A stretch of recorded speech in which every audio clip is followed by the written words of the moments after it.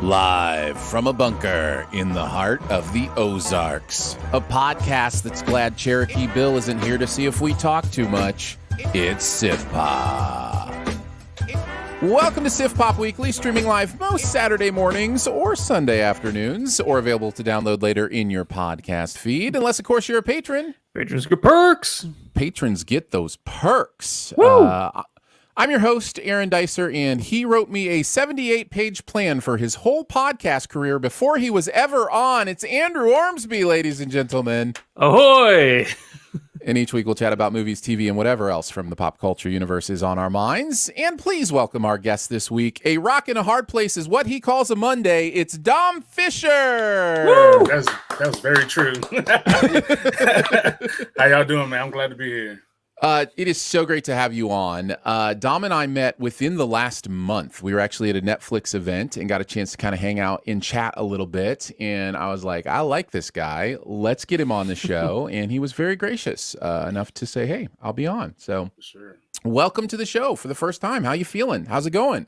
I'm good, man. I'm excited. I'm ready for Thanksgiving. You know, I want to gain 2 pounds and not lose it. I mean, at this point, I don't even try to lose it no more. I'm just gonna sit with the 2 pounds. That's right. Welcome Just to leave the it on. welcome to the mid-30s. Yes. Yeah, exactly. I am, I don't like to think of myself as 70 pounds overweight. I like to think of myself as 35 Thanksgivings overweight. Yeah. So that's go. just how you do it. You just do it that way. Yes, we are heading into Thanksgiving week, and very, very thankful, Dom, that you've decided to come on the show today. So we're going to have a lot of fun. We're going to talk reviews for King Richard, as well as The Harder They Fall. We're going to do a best ever challenge of Will Smith movies. I tried to look back through. I couldn't believe we'd never done best ever Will Smith before, but I couldn't find it anywhere. So if we have done it, we're doing it again. But we're going to talk the best ever Will Smith movies. And then, of course, we'll do our buried treasure as well. Let's go ahead and get into it. Let's take a look at King Richard. Richard Williams serves as a coach to his daughters Venus and Serena, who will soon become two of the most legendary tennis players in history. Pretty simple description for this one. Will Smith coming on board to play King Richard. And look at the Williams family, and you've got John Bernthal hopping in here a little bit. You've got, this really interesting real life kind of story, kind of sports movie, all these things coming together. What did you guys think? Did you like it, love it, dislike it, hate it, or it was just okay? Dom, I don't know that we've gone over this, but we start with just a simple rating of like it, dislike it, loved it, hated it, or it was just okay. And then we kind of go into the details. We'll let Andrew start to kind of give you an example. What did you think? I'm going to go with liked it. Okay. Just straight liked it? High side of liked it? Straight liked it. I'm not going to lie. I've thought about this movie more than I have for a lot of movies, like a pre-review. Then just going over I'm still thinking about like how I feel about this movie and stuff. So, but I'm going to go with liked it for now. Liked it is. Dom, what do you think? Like it, love it, dislike it, hate it, or it was just okay? So I think I'd be on the high side of liked it. I want to say I loved it, but I'd have to give it another run through just to make sure, because I feel like there was just a little something that was missing. I don't know exactly what it was just yet to push it over the top for me. But yeah, hindsight, I liked it. Well, guys, I loved this movie. No qualms. I am firmly in the loved it camp. I had so much fun with this movie, and since I have the highest rating, I'm going to go first and tell you some of the reasons I loved it. Mainly, it comes down to, for me, the Will Smith of it all. I think he's doing incredible work here. I think he absolutely becomes Richard Williams more than I've ever seen him become another character. The Concussion was interesting. He did a lot of great acting in Concussion. He's a very skilled actor. But here, man, I just believed it. There were times I was like, oh yeah, that's Will Smith, because he just really envelops the character that well. I also really, really love the moments in this movie. There's some Moneyball-ish stuff here, where like doing things a different way, having your own, way at things, and that kind of stuff always interests me. So that was a big deal for me. There was also some like relational stuff that I found really interesting. A lot of the stuff between him and his wife, and her investment, and him kind of finding what it meant to not just run everything, but to actually do it as a family. Like, that's kind of the overarching theme of the movie. I just was sold from beginning to end. I just had such a great time with this movie, and really enjoyed myself. So man, I had a good time. What about you? What are some of the things that you guys like? Dom, why don't you kind of go next? Well, for one, it was nice to see a Oscar-worthy film that with a black cast that wasn't a slave movie. I get so tired of seeing those films, and within the black culture, we're tired of it. You know what I mean? We're tired of the trauma. You know what I mean? We want to see ourselves in regular life, and even though Venus and Serena situation is abnormal, becoming like some of the greatest tennis players we've ever seen, it still remains that we saw this normal everyday life. We see this caring father who has his own issues, but he loves in his own way. And the things that he had to overcome that I've personally seen in my personal life, and the certain neighborhoods he grew up in, family members who have gone through similar things.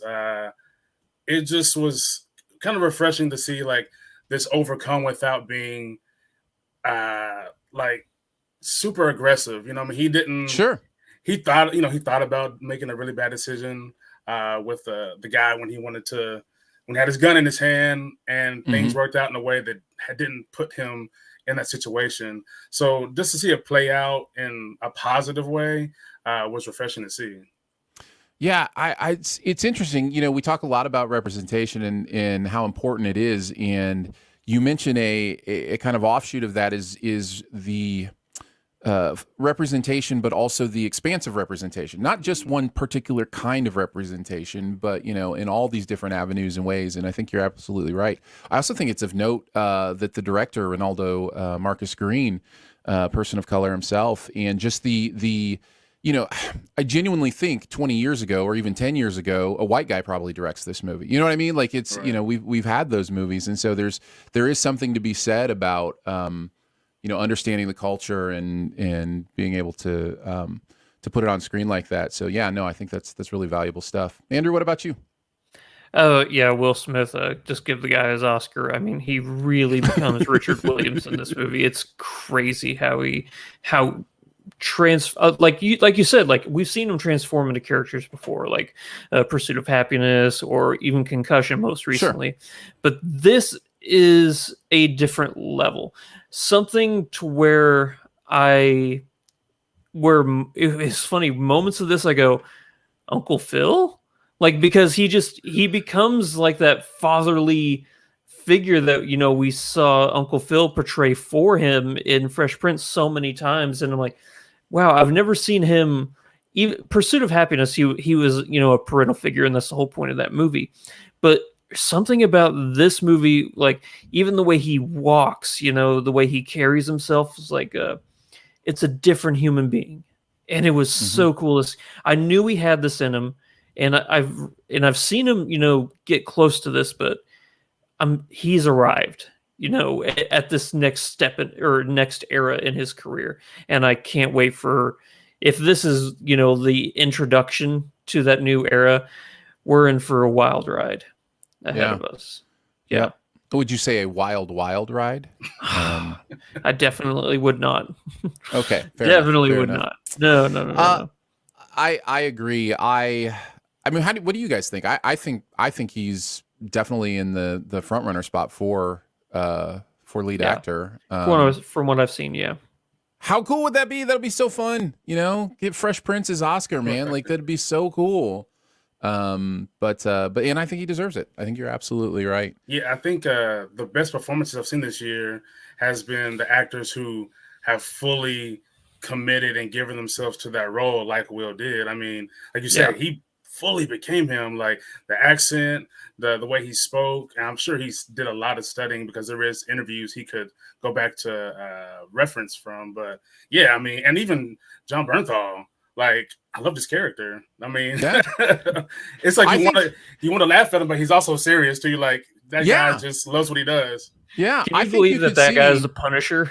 The guy that I saw on screen in those short shorts and that mustache. I'm like, hey, that's Frank Castle, everybody. I love Bernthal's career, man. He's just taking jobs and he's doing good work, and it's cool stuff. I wouldn't be surprised to see nominations in supporting for Bernthal. I wouldn't be surprised to see a nomination for, is it Anjanou Ellis that played Brandy Williams? Oh, she's so good. She was incredible. She was incredible in this movie. So, and even the kids, I was trying to put my finger on where I had seen Demi Singleton before, who plays Serena in this movie. And she was in a documentary called Showbiz Kids that was about like child stars, and partway through the documentary they focused on two like aspiring child stars just to kind of see how it is today for kids who want to get into the industry. One of them was Demi Singleton. Like it was before she had really hit. Wow. And so I remember that documentary. I remember that. So that's where I had seen her. But yeah, they both do really, really well. I found the movie's handling of the family dynamic and only giving us the parts that it wanted to. I found that really good because there would be such a temptation to get into the Serena of it all, but this movie is really about Venus, right? I mean, it's really about Richard, but I mean, as far as the part of the girl superstardom that it deals with, it's really dealing with, Venus's rise to superstardom. So, considering Serena's possibly the best female athlete to have ever lived, she's in that conversation. You would think it would be a real temptation to do more Serena focus, but I think the movie rightly says, okay, here's how we get from point A to point B in the best way, in the most entertaining way. And, maybe there'll be a, King Richard 2, who knows? We'll get the Serena story. Electric Boogaloo. Yeah. Yes. I think that's probably be the thing. Other thoughts, feel free to go into negatives if you have some. Yeah. This is my biggest issue with the movie, and it's a personal one that I used to be really into tennis whenever I was younger. I told myself I was destined to marry Anna Kournikova. Still waiting on that to happen. But yeah, I followed the careers of a couple tennis players, like Andre Agassi, and of course the Williams sisters. Here's my biggest issue with this movie. He's not B.T. Barnum, but this movie gave me a lot of Greatest Showman vibes. I don't want to make the comparison like he's as awful a person as B.T. Barnum. He's not. P.T. Barnum, I think, right? Yeah, I said B, didn't I? Yeah, P.T. Barnum. Yeah, it's fine. Yeah, but just having read Richard Williams' biography and the biographies of others like around him and that family, I don't think he's that really good of a guy. And that's just a personal thing. Like the things that I've read, it's difficult for me to see how things are changed in this movie from like what happened in real life for me to go, okay, yeah, like there's moments in this movie where I don't know about your guys' theater, but like I had a very vocal theater. Like whenever there was a song that came on, like whenever the family was singing in the car to a song or something like that, the entire theater started singing the song too, and it was really, really weird, really weird. But no, it was it. I'll just say that there are moments in this movie where let's say Richard is giving an emotional speech. Like there's one that he gives to Venus on the tennis court, like in the rain at night, and it's like a really strong and emotionally impactful speech. Sure. But having read like biographies and stuff, I'm like, that's kind of hypocritical. So like those big emotional beats didn't hit me because I'm in the back of my head, I'm going, yeah, but that's not this guy. And that could just be my own personal bias, like who knows what I've, what if I would have went into this movie blind, I could have been like, wow, I know what the movie is trying to say from an emotional standpoint. Like, yeah, this is really impactful. And there are and I'm going on and on here, but I don't want it to come across as me saying that there aren't moments in this movie where I wasn't emotionally, moved. Like the big one that I think of is whenever like child services gets called, and he gives that speech, and I'm like, oh, I got shaken to my core with that one. But like, scene. Yeah, I don't want to go into specifics about, the real life Richard Williams, but like that was my biggest issue with this movie is knowing or having read his biography and the things that he did. I haven't really been a big fan of the guy, but the movie is really good. That's my biggest hiccup with the movie, though.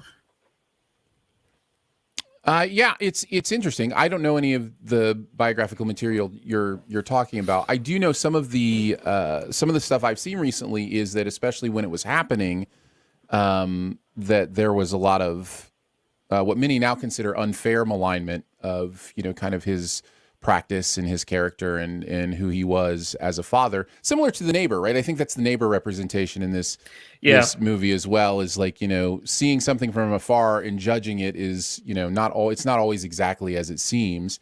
But I understand what you're saying, because even beyond the Richard Williams of it all, or even let's say the Earl Woods of it all, like these parents that, craft their kids into superstars, this movie seems to be saying, and by the way, Venus and Serena were heavily involved in, how this movie paints a lot of this picture.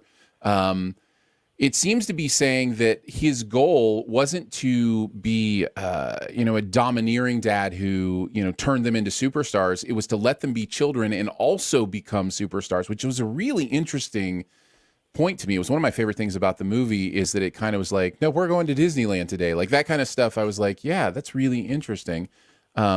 Dom, I'm curious about what your experience with your knowledge of Richard Williams and has been up until this point. I didn't know a whole lot. I saw clips of interviews and whatnot, but I can see where he's coming from, because we've all seen sports parents. We've seen the LeVar Balls where, yeah, you're on TV and you're talking up and you're talking your kids up, which seems like love, but do your kids like that? Seeing like a lot of the kids stray away from their parents once it gets to a certain point. They're like, look, I'm an adult now, or I can make my own decisions. Leave me alone. Which it kind of got to that point, when she's like, hey, she's going to leave you eventually. Like, and he kind of realized that, oh, I've made a mistake in my parenting. So I can definitely see how, like, the movie, if they wanted to, it could have been, you change the tone, and it's like this overbearing father who's pushing his kids to the limit to get them to stardom, because we've all seen it. But no, it's I think partly too, Venus and Serena and the rest of the sisters, who are, I think, executive producers on the film. Yeah, of course they want to kind of remember the times as more pleasant, because they did get to the places where their dad wanted them to go. So it might have been more negative, but when you're putting your whole life out for the whole world, you might be like, I'm gonna leave some things out, and yeah, it was hard, but like maybe I'll leave out a whooping that may have happened, or maybe I'll leave out, you know what I mean, certain little things that Sure. is a little too graphic for a movie that I want to inspire people, because I think that's the end goal, was for them to like, for little girls to like see like, hey, we came from a bad neighborhood in Compton in the early 90s, late 80s that was heavily gang territory, made it out, and now we're top of the world. Yeah. Yeah. Well, Yeah. he moved them to Compton. Like in his his biography, Black and White, The Way I See It, that was Richard Williams. They lived in Long Beach, and he moved them to Compton because he wanted them to grow up in a rougher neighborhood. And he would pay, he would pay high schoolers to heckle them when they were kids playing tennis to toughen them up. Yeah.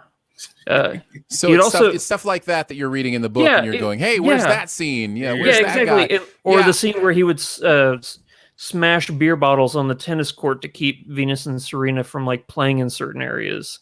Like, "Hey, I want you playing this side today." So he would smash beer bottles, and like there'd be broken glass everywhere. I'm like, yeah, and I'm like, this movie's one tonal shift away from being Whiplash, you know? yeah, and you're not wrong. But yeah, that's interesting. Yeah, I mean, there is so much to love about this movie. That is honestly my only hiccup with this movie. Other than that, I mean, it's stellar. Everybody is on point. The flow. I mean, there's never a dull moment, and if there's lulls in the movie, but they're intentional lulls, just to so you don't get overwhelmed. I mean, man, it's a really good movie. If it's not for that, my stupid inner monologue, keeping me from, but this movie's so good. Yeah, I totally get that too. And it's something you're always going to run into when you deal with real world stories, because movies always want to create characters. And in this case, they're creating characters out of real people, right? Yeah. You're watching the character of Richard Williams in this movie, not really Richard Williams, right? And that's just the necessity of filmmaking. So there's always going to be that kind of stuff, whether it's P.T. Barnum, like you said, whatever it's going to be. And that's an extreme comparison, Right. Sure. Absolutely. But movies are going to make those choices and to tell the best story in the way that they feel is going to be most impactful or most convey what they want it to convey. And you're right. The movie, it certainly doesn't make Richard Williams flawless. He certainly has flaws in the movie. Yeah. But it's more of a slap on the wrist. It's more of like a course correction than really dealing with what it means to be human and have actual deeper, darker flaws. That's not what this movie wanted to be. And for me, that's okay in this case, and I had a really good time with it. Dom, did you have any other points you wanted to make?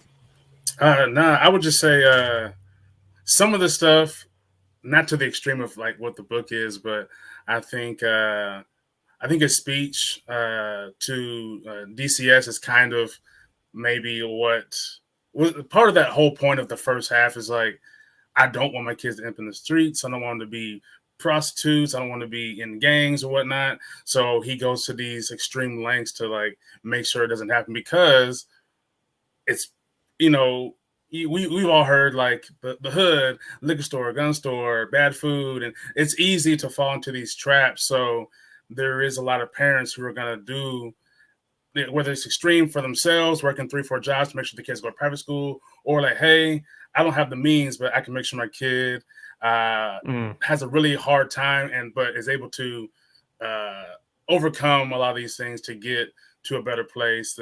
And maybe that was his logic.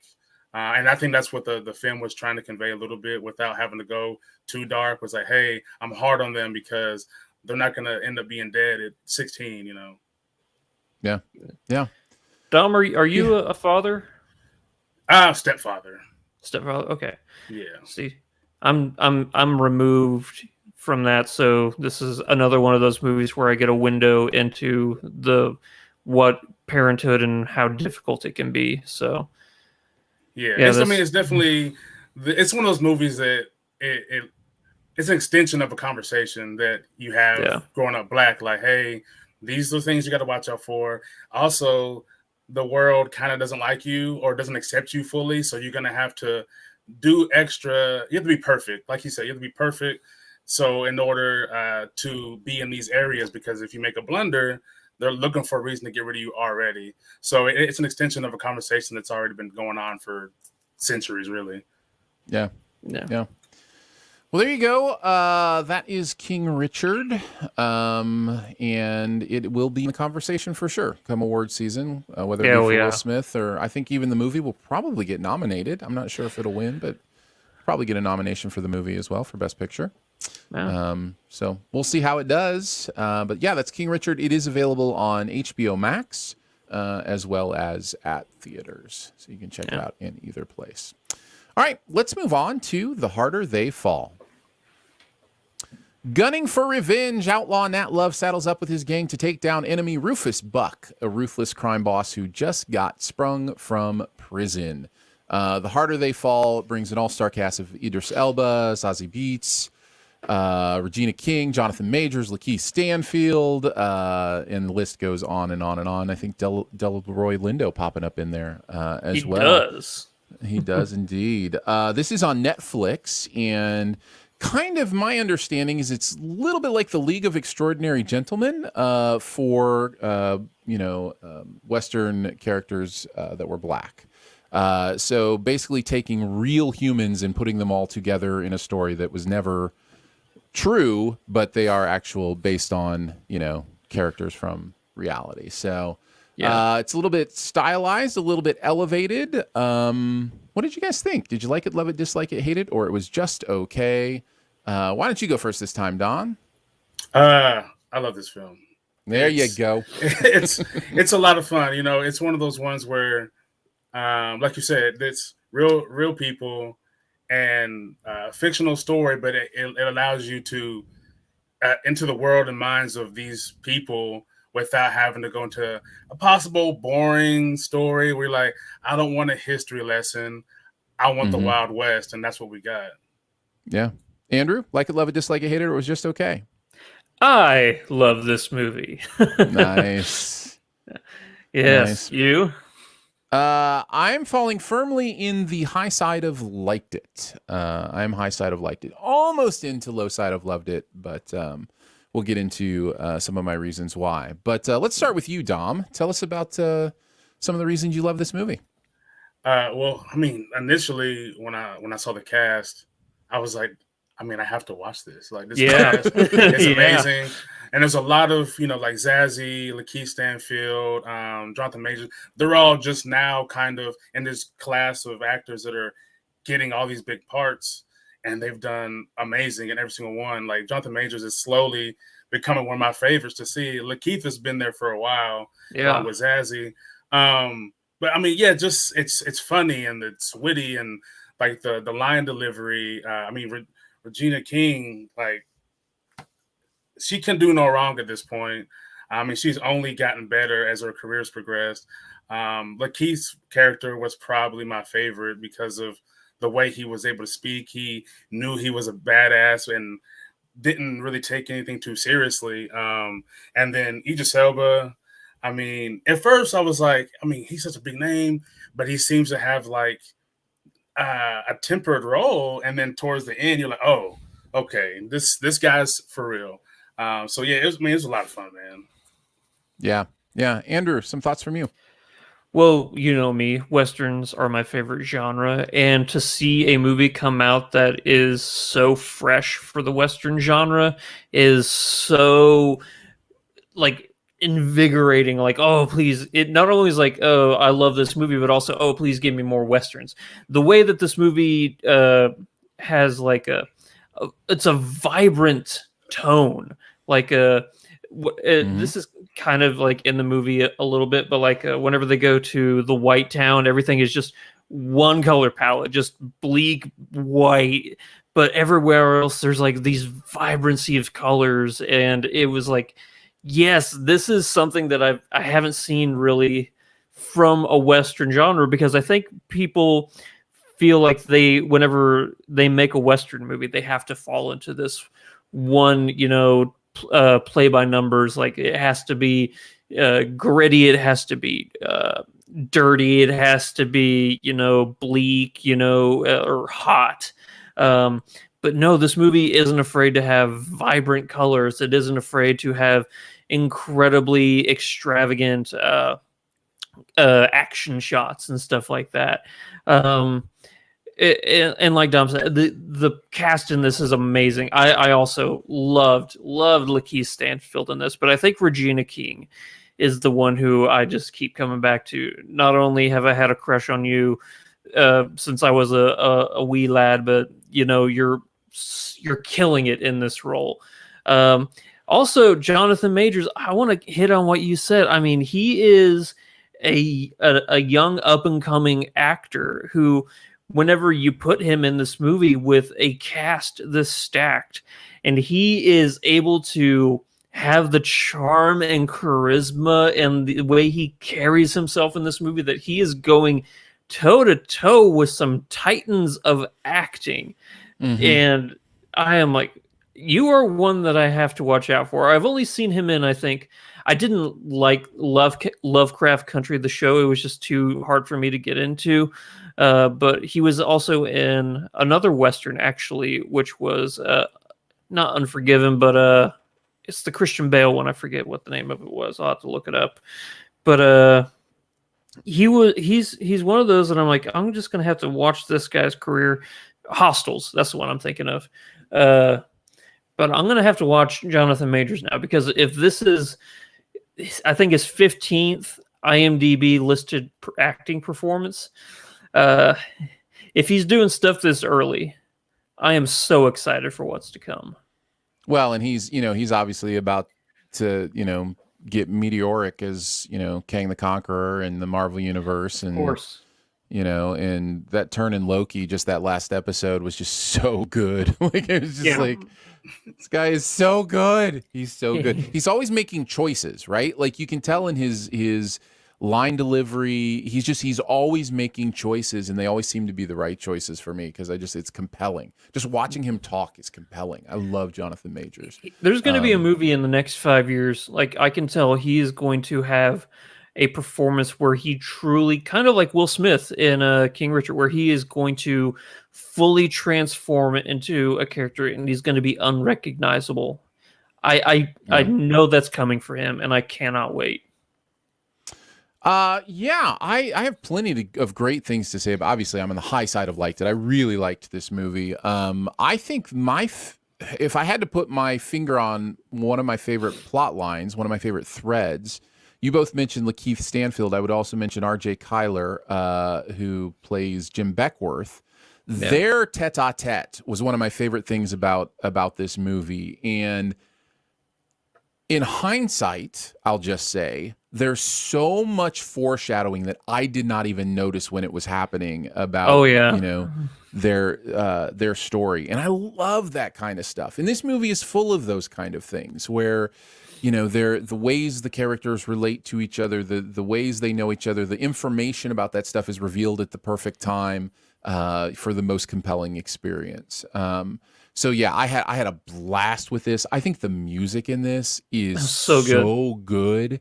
And it's not anachronistic because it's not happening in universe necessarily. Now, that's not to say there isn't anachronism in this movie. They definitely give these characters things to say that probably were never said during that time, that kind of stuff. But at the same time, it's so perfect. It's just all perfect. It just really feels like it never crosses that line where I kind of roll my eyes and go, oh, this doesn't feel real anymore. I never got distracted by how modern the tone was, right? This isn't, what is it, Knight's Tale, where they're singing "We Will Rock You" in the stands, or whatever. It's just using great modern music in some great modern sensibilities to really build compelling characters and compelling relationships. I had a blast with this. Incredible action stuff. The opening was amazing. The final shootout is just absolutely astonishing. It's shot well. You understand the geography of it, where everybody is, what's going on. I have a lot of great things to say about this movie. Yeah. Yeah, even though it's a Western, even though like I praised it for being so unique, it also still honors everything that it honors all the Westerns that came before it, and you can definitely feel like it was trying to be a part of that heritage of great, amazing Westerns. And I am so glad to say that I think that this belongs in that realm of like great Westerns to see. Nice. Dom, further thoughts? Yeah, I think one of the reasons why I liked it so much as it progresses, it felt like a Quentin Tarantino movie. I mean, the way it's shot, things that happened, the dialogue, and even like the color palettes. I feel like it was very Tarantino-esque, and I think that's what initially drew me in. I was like, hold on, who's the director? Because this feels very familiar. But I like to echo your thoughts on the action. I mean, the gun scenes were so fun, and then just the back and forth of like, you know that you're probably gonna die, but you know what? I'm gonna get off a few little one-liners just in case, just so I'm remembered when I'm gone. It was so good. Yeah, you mentioned the director, James Samuel, right? Is that who it was? It's listed as The Bullets. Listed as The Bullets, which I think is the name he goes by for music. He's Seal's brother, apparently, if I'm reading this correctly. Wait, what? So yeah, that's what it says. Siblings, Seal, on the old Google. You ever use the old Google? Yeah, I've heard of it. Anyhow, interesting, and I'm excited to see other stuff from him in the future because it's really, really well done. I guess I will say my negative that kind of keeps me down and liked it as opposed to just fully embracing and loved it. I think this movie gets slow on occasion. I think there are sections of this movie where, and it may be in many ways a result of how exciting and compelling some of this stuff is, that there are scenes that I don't feel like progress much character-wise or plot-wise. There's a little bit of fun dialogue in there, but not a lot going on. And yeah, it just kind of slows down in the middle a little bit for me, enough that I was kind of wanting to check my phone a few times and, you know, a few different things and get a little distracted. So yeah, I think it has a little bit of stutter for me through the middle of the movie. But that's really the only negative I had, that was noticeable for me. Did you guys feel that at all? Yeah. Very minor, though. I was still fully invested in these characters and just wanting to know more about them. But there were. I know what you're saying. Yeah, during the middle section, like leading up to the big grand finale, there were some lulls. Yeah. But for the most part, I was in.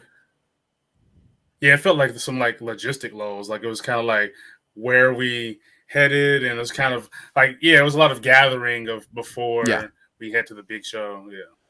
And some of that's unavoidable and some of that's okay. Like it's okay to step down and do some character work. My issue was we kind of stepped down and then I didn't feel like a lot of character work was happening. It was just now we're around a fire and we're saying some stuff, but it didn't feel like, we were progressing the character's relationship to the plot in those scenes for the most part. But it really is, like Andrew says, it really is a minor nitpick in that way. Any other thoughts? You guys have any other things you want to say about The Harder They Fall? No post-credit scene. It's true. There isn't one. Will there be The Harder They Fall 2? Could they do that? I mean, they set it up, right? Like, yeah, it feels like it. Yeah. The Hardest They Fall? The Hardest They Fall. I mean, I'm not going to say no to a sequel. I'd just be interested to see what it has to say. You know? Yeah. Yep. The Harder They Fall 2, Fall Harder, I think probably is probably what they got to go with. Yeah. I'd be interested in seeing a revisit of these characters. I will say, I guess my one last thing is this movie does have a story turn towards the end that absolutely 100% was perfect. It's just perfect thematically. It has something to say. This is a movie that I thought I was just going to be enjoying it because of the gunslinging and that kind of stuff and how fun a lot of that stuff was. And then at the end I was like, oh, you've got something really interesting and valuable to say about what it means to be human, what grace is, what vengeance is, like all those themes. It really plays with in an interesting way because of the, kind of a final story turn. So that was my favorite part of the movie, easily. Yeah. I hear that. Good call. All right, there you go. That is The Harder They Fall. It is on Netflix, and you can check it out there as part of your Netflix subscription. Before we head on to the best ever challenge, just a reminder that you could be a member of SIFPOP. That happens at Patreon, patreon.com/SIFPOP. Membership starts at $3 a month. Lots of fun stuff that goes on at the different levels, including an ad-free podcast that you can check out there in your own podcast feed, as well as bonus episodes every single week that we record for you. This week on the bonus episode, we talked a little bit about what did we talk about in the bonus episode? I just told you. Oh, we did Dom's List of Shame game. That's right. List of Shame. Yeah, Dom's first time on the show. So we did his list of shame, Quentin Tarantino themed list of shame. You can check that out if you are a SIFPOP member. And if you're curious about what it's all about, just go check it out. Patreon.com/SIFPOP. And we appreciate you and thank you ahead of time for checking that out. All right, let's move into the best ever challenge. Yeah, that's right. We're going to do best ever Will Smith movies. We're going to go number 5 to number 1. If somebody says a movie that you have higher ranked on your list than they have it. So let's say Andrew has a movie you have at number 2, at number 5. When they say the movie title, you can just say Trump, and then you get to wait until later to do that. And by the way, that is not a name. It is a verb. All right, let's continue. Let's continue on with number 5. Dom, what do you got at number 5? I have Irobot. Ooh, Trump. All right, Andrew has it a little higher. Andrew, what do you got at number 5? This is where I have Enemy of the State. Good choice. I have that in my honorable mentions for sure. Yeah, it's a good movie. Good movie. I like the fact that it's a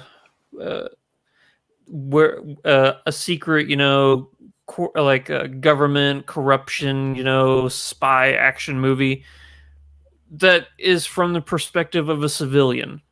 It's really interesting to see Will Smith play this character. It's like, I don't know why they're going after me. What did I do? And then you have Gene Hackman coming in as this, you have what they want. And he's like, what? So that whole Will Smith, finally is playing a role that finally is like a civilian looking in, like, I have no idea what's going on, but why is everybody trying to kill me? It's a fun, exciting movie. So yeah, I agree. And it's it's always great to see Gene Hackman too.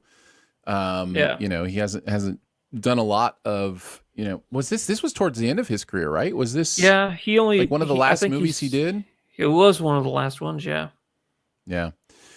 So it looks like 2001 was when he kind of finished up with like Royal Tenenbaums, I think was one of his final movies. But Gene Hackman's pretty amazing in this. Will Smith's pretty great in it. It's definitely worth mentioning, I think. All right, my number 5. This one may shock some people. I think the 5th best Will Smith movie is Focus.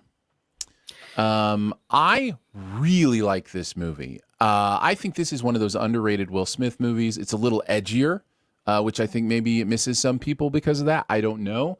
It's really kind of got some Ocean's vibes, to it that I like. There's the con man stuff, possibly the worst football scene in a movie ever with the terrible fake uniform. It's just like, it's supposed to be like the Super Bowl but I don't remember what they call it or whatever. But what's crazy is that scene is amazing. That scene is incredible. It's just, a terrible representation of professional football. But yeah, Margot Robbie's great in it. This is a really fun movie. If you watched it once and were like, that's pretty good, I'd recommend watching it again, because you may pick up on some more fun stuff the second time through. So, Focus is one of my favorite Will Smith movies. Do you guys dig this movie at all? No. Yeah. See, I like it, and I used to always get, you like that movie? Like, yeah, man, like, watch it again. I don't know. And part of it, the first time around, it was just like, oh, Margot Robbie. Oh, yeah. And the second time around, I was like, no, I really like this movie. Yeah, I think it's good. I think it's underrated, so it's my number 5. I'll give it another try. Cool. Let me know what you think. All right, let's move into our number 4s. Dom, what do you got at number 4? I have 6 Degrees of Separation. Nice. This is it's one of those films for me. Was like the first time I think I can't remember how old I was when I really started to kind of understand why I liked film. Right, I liked what Will was able to do. He became a completely opposite from what I knew him for, which was Fresh Prince, and well spoken, and there's a couple of reasons why I like other movies of his because of his dialogue. For me, seeing a black man deliver lines the way he did, I was like, yeah, I really enjoy this. I know a lot of people give it some flack because he didn't fully commit to the role because he didn't kiss a guy, and he says he regrets not going fully for that the kiss in that movie. But just the whole con man thing, and the fact that it's based on a true story, right? Yeah, Is it? I know it's. Yeah, I believe there was a guy who legitimately said that he was related to Sidney Poitier and was conning all these people, and because he was well spoken and charming, and people welcomed him into their home and parties and whatnot. But I think it's one that people forget about a lot. But I think it plays out really well. Yeah, I need to revisit this. It has been a long time since I've seen it, but I remember thinking it was really good. And yeah, Will is so young in this movie, like so young. It's amazing. All right, Andrew, what do you got at number 4? This is where I have I Am Legend. Oh, I have I Am Legend at number 4 as well. So we can go ahead and talk about it. I very, very distinctly remember the first time I saw this movie in theaters. The opening section of this movie where he has to chase his dog into that abandoned building is so terrifying. And it sets up the tone of the movie so perfectly of like, I am going to be on the edge of my seat for this entire movie. It's a movie that I don't think a lot of people realize has multiple endings. So the ending you could have seen for this movie is not the same as the ending other people saw for this movie. It's now wait, hold on. Not in the moment though, right? Like it was changed later, right? Yeah, it was. That's what I'm. Yeah, like I think in movie theaters. I thought you were talking like a clue situation where it depended on like which theater you went to, like which ending you saw. No. It's one of those. Where I think like even for the DVDs, it has one ending as opposed to another. Right. We can talk. Right. It's old enough. We can talk about it. Like the ending that I saw in theaters was that he dies. That Correct. He sacrifices himself. Correct. Yes, that's the theatrical ending. Yeah. Yeah, and I guess the other ending, which I've seen too, is with all of those zombie. I think in the book they're vampires. I can't remember. But he opens up the door and they take the one that was cured, and they just leave. And then he goes with the mother and daughter to that safe haven place. So yeah, there's multiple endings to this movie. I kind of like the personal sacrifice ending myself because it shows what the character was willing to do in order to save humanity. Like he saw that he doesn't have to carry this burden himself anymore. He's not alone. The scene with the dog breaks my heart every single time. It kills me. But I think it's a really good movie, and I think this is also a movie where Will Smith is really showing his acting chops. So, yeah, I agree. I agree with everything you said. You pretty much said all the things I wanted to say. I was going to talk about the endings as well. I do prefer the sacrificial ending. It just works for me a little bit better. I think this movie has some flaws, but overall, I really, really dig the story. Tom, what are your thoughts on I Am Legend? No, I should. You know what? As you're talking about, I'm like, I should have had it on my list. It is a really good movie, man. It's one of those ones where it could be released now and it would be topical in a way. Right. You know what I mean? It feels like it, yeah. So, yeah, I mean, like the dog scene when he's yelling at the mannequin because there's a lot that can go through your head if you just. What are you doing out here, Frank? Yeah. Frank, are you real? Being alone for that long, like I don't know how I would do either. I don't know if I would have survived as long as he did. I mean, right? That's what I think that's what makes it good. You have to put yourself in that mind state of like, what would I do? How would I survive? And right, I don't know if I would. Yeah, Yep. no, I definitely would not. For the simple fact that, and what makes this movie so amazing is the fact that he's surviving for a reason. Like, there's a Yeah. reason for him to keep going forward. And that is really what, you need that in a movie like this, where you have a sole survivor, a man alone. He has to have a reason. Like, you look at all those soul survivors, like a Castaway, there's a reason for him to keep going, and yeah, this movie's it really hits on that message. So I Am Legend in at number 4 for Andrew and myself. So we'll go on to our number 3s. Dom, what do you got at number 3? Number 3, I have Bad Boys. Nice. That was one of my first honorable mentions. Yeah, this is one that through my youth and my teenage, I constantly went back to it all the time. That dynamic of him and Martin Lawrence is great. And I kind of feel like when you look at it nowadays, it kind of encapsulates like what the 90s felt like, the way they looked, the way the clothes and the music and the grittiness of the 90s. Because it falls in line with a lot of them. Any movie that had extensive gunfights, this movie falls in line with all that look. It just encapsulates the whole time. And Mike Lowry is like, that's the guy we always reference, when you have the player friend, like, oh, he's like the Mike Lowry type. You know what I mean? It's definitely in like one of my classic film categories. It's just great. It's great. Yeah. 90s Michael Bay, man. He made some fun movies in the 90s. So yeah.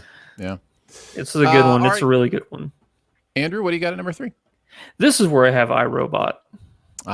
Here we go. So Dom had it at number 5. Andrew has it at number 3. Let's talk about Irobot. Yeah. The character of Sonny is so fascinating. The humanity that Alan Tudyk is able to portray and perform through this. I don't know if this was a mocap or how they did this performance, but regardless, it felt real. It felt like Sonny was in the room with them. The scene that I always come back to is the I did not murder him scene, where Will Smith is interrogating him and he smashes his hand through the table. Everything about this movie is great. You understand why Will Smith is so prejudicial against robots in this movie, and how I think that's really one of the main story arcs of this movie that I think is under appreciated, and that's the story arc of prejudice, and how it can affect our daily lives, of like even how we go to work and stuff like that. It's a great look into a cool yet terrifying future. I'm always, if there's a movie about robots uprising, I'm like, okay, yeah, I'll go check that one out for sure. That's a great genre for film. Dom, I had it a little higher, but what do you think about this movie? What do you love about it? No, I definitely love I've always been kind of into, futuristic type things. So when you talk about AI, everything now, when we talk about Amazon trying to do certain things or whoever, I'm like, did you not watch iRobot? Like, this AI, like, you want to have self-driving cars, Apple? Have you not seen iRobot? Like, this is not going to be a good thing. What are you guys doing?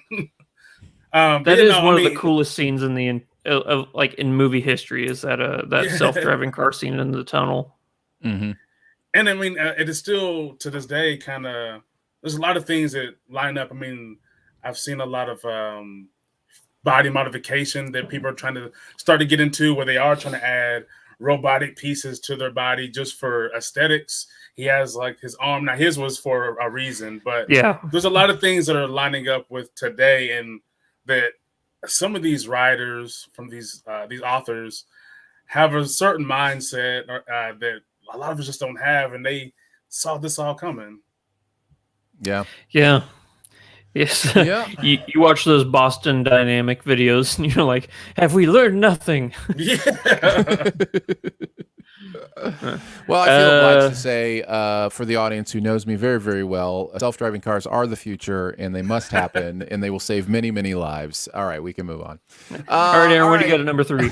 My number 3 is Hancock. I love this movie. This movie probably for me is the one I'd most like to see a sequel for in the Will Smith canon. I would love to see a Hancock sequel. I think there's some really cool world building here, and one of the reasons I feel like a sequel would be so fun is because a lot of that world building happens in like the last 15 minutes of the movie. You know what I mean? Like there's a lot of these reveals about this big scope of supernatural kind of things, and man, what starts out is just kind of if superheroes were real and were down on their luck, what would that look like? And turns into something even bigger and more interesting about love and fate. And I really enjoy Hancock. It's one of my favorites.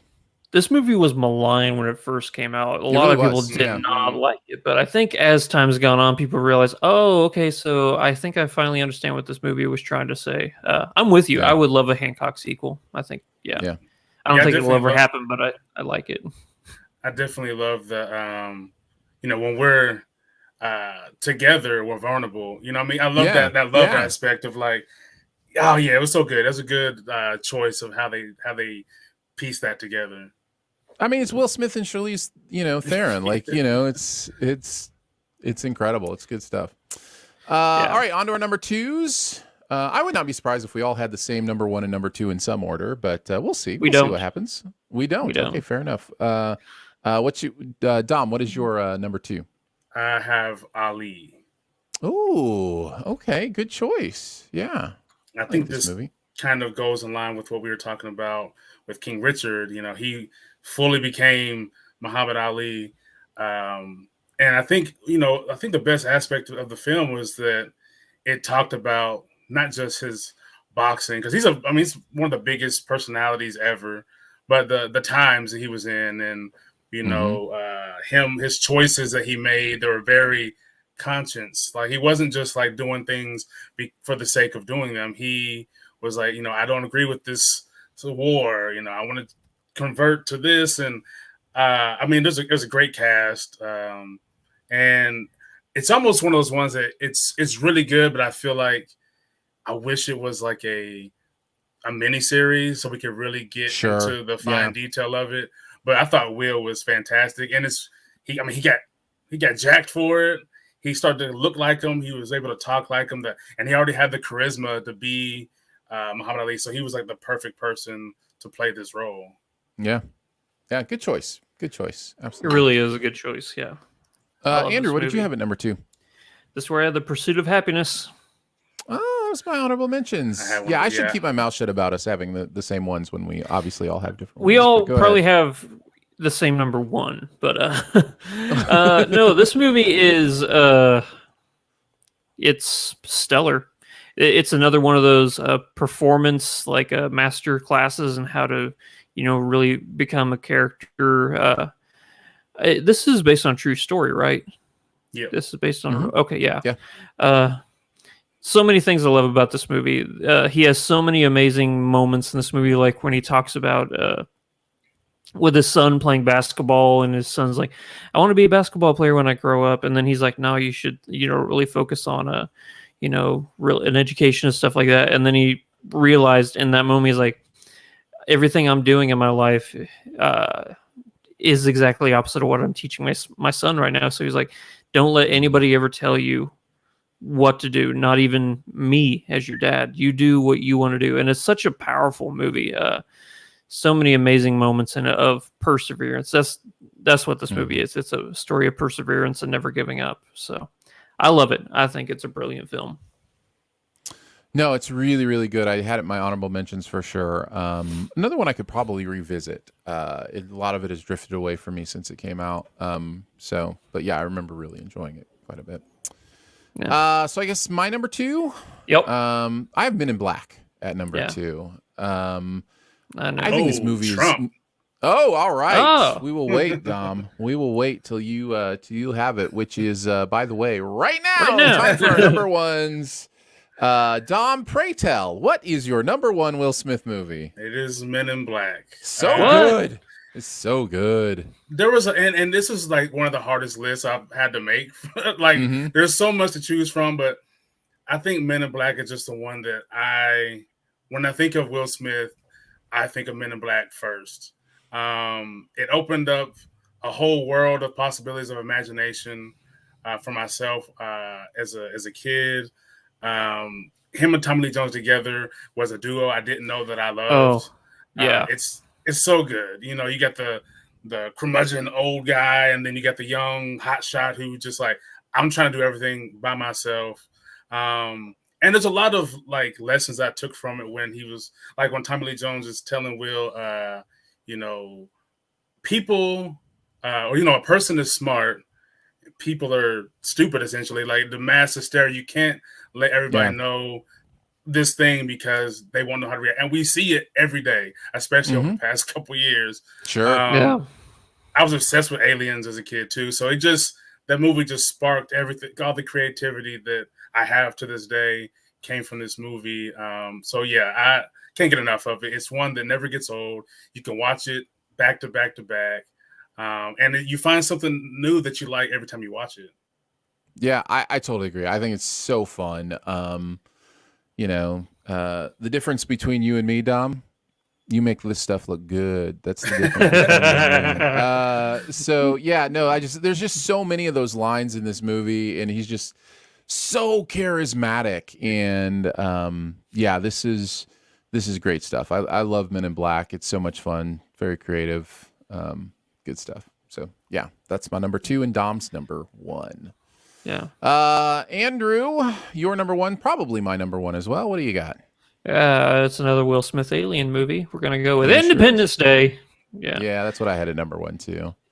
Is this the greatest summer blockbuster like action movie ever? I mean, it's the most quintessential. I think it's certainly in the conversation. It's the most quintessential, like perfect example. I mean, everything that genre is built upon is delivered in Independence Day. It's a action, it's funny, there's some fright to it. Yeah, it's almost a perfect film for like, I mean, it's not like considered like an Oscar-winning, you know, brilliant piece of art, but it might be a perfect film. It does exactly what it sets out to do. The presidential Independence Day speech at the end of this movie is one of the greatest speeches in cinema history. So, and Aaron has a great story about how he delivered that speech. So. It is true. I was on tour with a college choir, and we were on tour 4th of July weekend. And so I got on the tour bus the morning of 4th of July and got, you know how they have those little speaker things at the front of the bus? I got one of those speakers things, and I got real serious, and then I delivered the whole Independence Day speech to the choir that morning, and everybody cheered. It was wonderful. We're gonna live on. We're gonna survive. Since never have achieved those greats ever again. No, Independence Day is so good. You're right. There's something that is just the epitome of big budget summer popcorn, you know, like just, you know, put all the explosions on the screen. And, you know, and obviously that is a genre that kind of was born in the mid 70s with Jaws, probably, you know, this idea of you know, some big kind of event movie during the summer while your kids are out of school. And just since then has grown to be just kind of almost the definition of the theater experience. You know, like so many movies were front-loaded into the summer. We're kind of going through new evolution through the pandemic and then post-pandemic with, you know, what the future is going to look like as far as movie theaters are concerned. But yeah, for a long, long time, these were the exact kind of movies that summer was all about. The possibly the greatest, most important, and most viewed Super Bowl trailer of all time. Like, you know how there are always movie trailers during the Super Bowl commercials. This one was just like, I just remember everybody was talking about it the next day because it had the White House explosion in it and some different things. And again, Will Smith, like peak powers, total charisma, just absolutely having a blast and all that kind of stuff. So yeah, Independence Day is my number 1. Yeah, kind of like what Dom said whenever he if you think about Will Smith, what's the thing you automatically think of besides Fresh Prince? The first thing I automatically think of is Independence Day. That's the movie I always go to. Like, okay, that's the Will Smith movie. And I would argue that besides xenomorphs, the aliens in Independence Day are like at the benchmark with the xenomorphs of like, if you want a terrifying alien, they have to look like this. And a lot of stuff after that hasn't been as eye-catching and terrifying as those two. Yeah. No, I agree. I think Tomorrow War. It doesn't matter what it doesn't matter what you think of the movie. It doesn't matter what you think of the movie, but I think Tomorrow War is like the closest we're going to get to like a new stylization of what an alien could be that is just so cool. But xenomorphs are, the pinnacle. And but no, absolutely the way that in this movie the way it opens up. That's such an amazing creature design. Yeah. Good on you. Totally. So, well, there you go. Best ever Will Smith movies. I only have one honorable mention left. I'd throw out Hitch out there. I know a lot of people love Hitch, and it's a fun movie. Certainly has some fun scenes in it. So I wanted to throw that out. Did you guys, either one of you, have honorable mentions you wanted to throw out? Yeah, I got a couple. I want to throw out the new Aladdin. I think the new Aladdin is way, way better than I thought it was going to be. Mainly because, as everybody who watches the show knows, I'm not a fan of Disney's live-action remakes of all their properties and stuff. But this one actually was remade with a purpose and was updated to, not only for representation, but also to say things that should have been said in the original movie. Jasmine isn't just a plot point in this movie. She actually has something to say now. Nobody is going to be able to touch Robin Williams when it comes to the genie. But I think what Will Smith did with the character in his interpretation is probably as good as we would ever get to coming close to what Robin Williams did. I really like the new Aladdin. I really do. Yeah, I'm with you. And I would throw out Concussion solely for performances. I don't think it's that good of a movie. I think that there's a huge tempo loss in this movie that really keeps it from being good. An important message, obviously, about NFL. But it's and Will Smith gives a good performance, but I really think that it lacks in other areas. And those are the other ones I'd mention. Dom, did you have any other ones you wanted to throw out? Mine would have just been Hitch. I mean, the other things we already mentioned, but Hitch would have been the one I loved. Yeah, it's one of those ones where like at first I didn't want to tell anybody like, man, I love Hitch, but then after a while you're like, no, like it's a solid movie. Yeah, him and Kevin James together is good. Yeah, you live in here. Here, this is where you live. Yeah, none of this. Yeah, exactly. Well, there you go. There's the best ever Will Smith movies. Let's head into our buried treasure. What is that one thing in any area of pop culture that you want to make sure people know about? Dom, you are our guest, so you get to finish us off. Andrew, why don't you go first? You still doing the? Not this week. I'm picking it up next week. All right. This week I'm going to go with a little Netflix show called Arcane. I heard about this. Yeah, it's based off League of Legends, and I want to say this right up front. I have never played a single second of League of Legends, and you don't need to have played it to watch the show. The art style in the show is some of the best, most unique, most incredible art stylization of like a steampunkish, futuristic look at what the world could be. And it's as we kind of talked earlier with Drew, your brother, the story itself isn't anything new. It's a story about revenge and redemption and become who you're going to be. But put in this unique and beautiful world. The world building is stellar, by the way. It's all about a class system, and it's literally shown as like the lower class lives on the lower levels of the city, and then the upper class lives like high up, and it's so it's so fresh. Just the way I've seen this story told several times, but the way it's done here is so fresh, and the voice performances are great. Yeah, like Haley Steinfeld giving an amazing performance. There's several other big names in this that I would just say are good. But what the movie, or what the show does, I call it a movie because it feels like a movie. What it does great is it doesn't throw in a whole bunch of big name actors and actresses just because they think that it's going to be a seller point to have big names. They went out and they got a whole bunch of like voice actors, to actually voice. So, and it's interesting because I'm curious, after I finish the show, I only have a couple episodes left, but I'd be interested to find out what, if any of these characters that I've been watching in the show are actually in the League of Legends game. But as of right now, I don't ever get a sense that oh, we're doing a nod here. Oh, this is a nod to the game or anything like that. It feels like it's just a show. It's a great show that I highly recommend. It's super good. Nice. So that is Arcane. Yes. Where is that? Is that on Netflix? Netflix, yes. I think there's 8 episodes total. I could be wrong. Okay. I'm going to go with a movie I was hoping we would be able to do a full review on, but man, when award season kicks in, there's just too much stuff dropping. I'm going to talk about Tick, Tick, Boom, which should be out on Netflix as you're hearing this.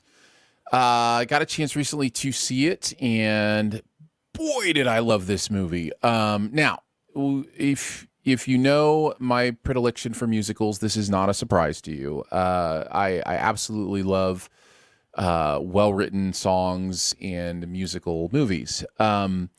What sets this apart in many ways is Andrew Garfield's performance. He is absolutely electric as Jonathan Larson. And if you don't know who Jonathan Larson is, this is a movie about him and his time becoming a Broadway superstar. He did Rent, did he?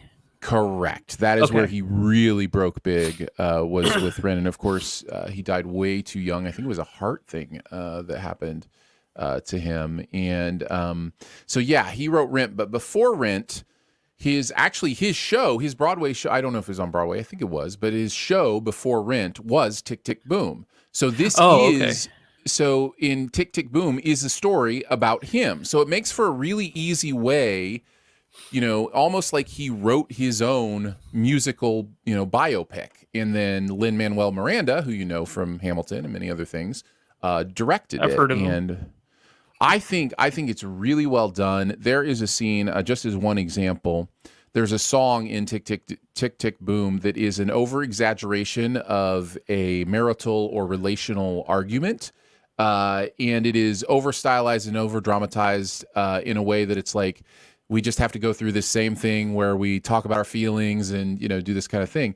And it's intercut and interspersed with an actual dramatic argument from his real life with his girlfriend at the time in a way that is almost off-putting and offsetting, but it kind of emphasizes like he's working out stuff in his, his music and on stage that he was really dealing with in his life, and he's finding a way to make it entertaining and fun, even though in real life it was obviously traumatic and terrible. It's just stuff like that that's, I don't know I've ever seen that kind of thing before, because you would think breaking to that argument would just kill the rhythm of this up-tempo, fun, crazy little song, and vice versa, and yet somehow it works and works really well. Like I could watch that scene 10 times in a row. It's just so fun and interesting. But yeah, Lynn's making choices like that throughout the movie. Garfield is giving just an astonishing performance as Jonathan Larson, and this one is a lot of fun. Yeah, Garfield has. And that's before Spider-Man comes out. What? He's not in that movie. What are you talking about? They would have shown that by now. Of course they would have. So anyhow, Tick, Tick, Boom is a huge recommend from me. It is exactly my kind of movie. And you'll probably be hearing more about it as we do our Sift Pop Awards at the end of the year. I liked it that much. So there you go. Tick, Tick, Boom. You can check that out in theaters or on Netflix. Dom, what do you got? Mine is Reservation Dogs. Yeah. It is on Hulu. It's 8 episodes of magic. I mean, this is a show that we've never seen anything like this before, where you have it's Taika Waititi and another writer, which I believe the whole cast and crew, they're all Native American, and it's teenagers, which is the teenager part is similar to what we get, but it's life on the reservation, and they want out. They're tired of the same old things. They want to strive to do bigger things, but everybody just ends up on the reservation and doesn't go anywhere. And you the death of a friend that affects them in a very profound way, and they're kind of a gang. They're considered like a clique. They do bad things because there's nothing else for them to do. And then a rival group comes in, and you have this kind of back and forth that is serious but not serious. And then the slang in the show is great. I mean, me and my wife say "scolding" all the time, and this is actual slang that they use on these reservations within the youth. So yeah, I mean, it's a lot of fun, man. There wasn't a bad episode. I figured there'd be at least one that's like, oh, this is filler or this is slow, but there's a lot of humanity, a lot of heart, a lot of hijinks. You have these two twins that are hilarious, and you're just confused on what their role is in the show, but they're just around, happen to know everything, and rap a little. It's great, and you have the relatable things like the son growing up without his father, but he still has hopes that his father's going to return, but gets fed a lot of BS on why his dad can't do the things that he's supposed to do. The mom trying to hold together. And then, of course, the friendship drama, because it's hard when you want different things in life. But as friends, you say that you want the same things, but you're like, I have my own thoughts too, and I don't know if it's going to cause a divide within my friendships. But no, I mean, the show was so good, man. It was one of the shows that I was able to fully enjoy, and not have to overthink because I wasn't reviewing it. So I got to sit back every week and enjoy it with my wife, and it's a good time, man. Nice. It's a great show. It is a great show. I have not gotten around to seeing it, and so many people have said it's good, and I know I should. So I will add your voice to the voices, Dom, and maybe that'll push me over the edge, and I'll check it out. So that is Reservation Dogs on Hulu. Tick Tick Boom is on Netflix, and Arcane is on Netflix as well. We did it, guys. We did a podcast. Congratulations to us. Man, the success just flowing. We're just champions around here. It's amazing.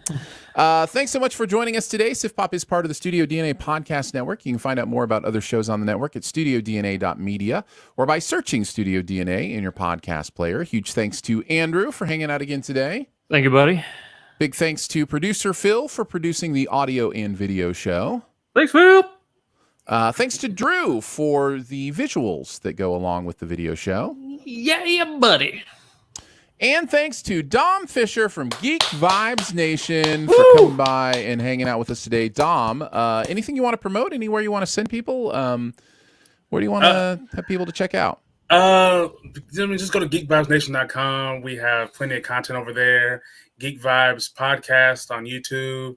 And we will soon be doing weekly reviews of Hawkeye as it drops, and we call it the MCR, the Marvel Cinematic Review. And every week we break down each episode right after it happens. So yeah, be on the lookout for that. Nice. Geekvibesnation.com to check out more of Dom's stuff. It was an absolute pleasure to have you on the show, man. Really appreciate it. I appreciate it, man. It was a fun time. If you want to be a Sif Pop member, you can do that at patreon.com/SifPop. Support starts at $3 a month, and you get those bonus episodes at some level, some other fun perks. So just check all that out at patreon.com/SifPop. You can connect with us by leaving a comment, a rating, or a review at Apple Podcasts or wherever you listen. You can also email us, feedback@sifpop.com if you have anything you want to say. And finally, if you're having a good time, your movie-loving friends will probably like the show too, so make sure you let them know about it and that listening is much easier than convincing someone that an open stance can generate as much power. We will be back next week with Encanto and Ghostbusters Afterlife. Those will be the reviews hopefully next week, and we will see you then. Bye. Peace. Thank you to the video audience for hanging out with us. See you guys hopping in chat. Jay Bourgeois, Jay, Laura. I think I saw Matt in there as well, and Nick. Really appreciate you guys. Nick says, hope you have a great show. Wait, no Ghostbusters talk? No, we're saving that for next week. Hopefully we'll get to do that. Jay says, have you seen Titane? Yes, Jay, I have. Andrew, did you ever see Titane? Did not. I haven't heard of it. Dom, did you get around to seeing it yet?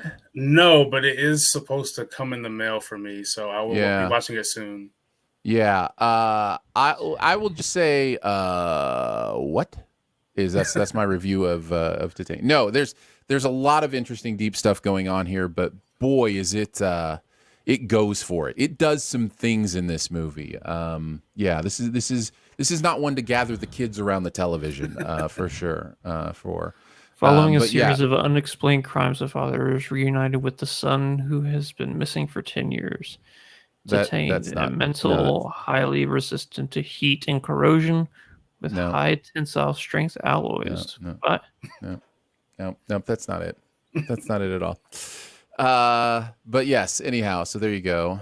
Let's see. Laura says, I haven't been in the live chat for one of these in a long time. Super fun to be back. Super great to have you back, Laura. Thank you for hanging out with us. Jay Bourgeois was totally on the Arcane thing. Arcane is so good. It is. He says, yeah. Let's see. And Phil Sousa, our producer, says, yeah, Hancock is top of my list. The movie was way bigger than the trailer made it out to be. Yeah, I agree. I agree totally. Well, there you go, guys. We're going to let you go. Thanks for hanging out with us. And it's going to be interesting in the next few weeks with the live show. So, just pay attention to maybe hit the notification bell or whatever on YouTube, because we don't know necessarily when these shows will be able to happen. Excuse me, lots of travel going on, those kind of things. So, but we'll try to keep you as up to date as we can, and appreciate you guys being here. Yep. Bye. Bye.